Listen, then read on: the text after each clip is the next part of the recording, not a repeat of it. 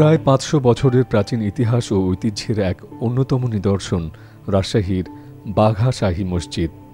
স্থানীয়দের কাছে এটি বাঘা মসজিদ নামেও পরিচিত। রাজশাহী জেলা সদর হতে প্রায় ৪১ কিলোমিটার দক্ষিণ পূর্বে বাঘা উপজেলায় অবস্থান করছে প্রাচীন ঐতিহাসিক এই মসজিদটি।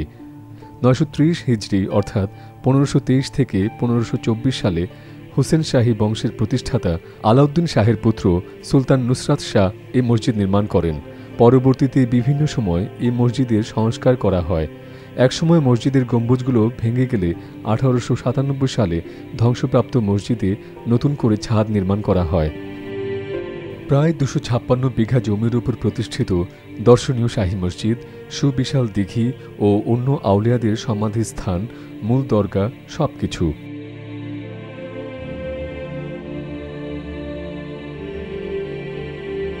সমতল ভূমি থেকে প্রায় ৮ থেকে ১০ ফুট উঁচুতে এই মসজিদ নির্মাণ করা হয়েছে। এর দুপাশ দিয়ে রয়েছে দুটি বিশাল গেট।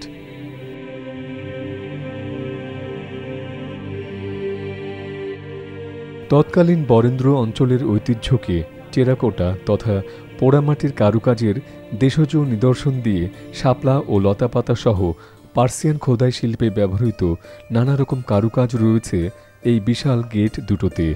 দর্শনার্থীদের কাছে বাঘা মসজিদের প্রধান আকর্ষণ এর অসাধারণ নান্দনিক কারুকার্য খচিত দেয়ালের ইট।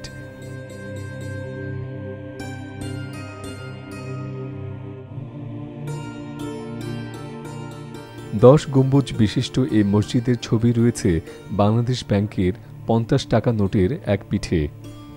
মসজিদটিতে রয়েছে ৫টি দরজা ও ১০টি গম্বুজ, ৪টি চৌচলা গম্বুজ, ভেতরে ৬টি স্তম্ভ, ৪টি অপূর্ব কারুকাজ খচিত মেহরাব।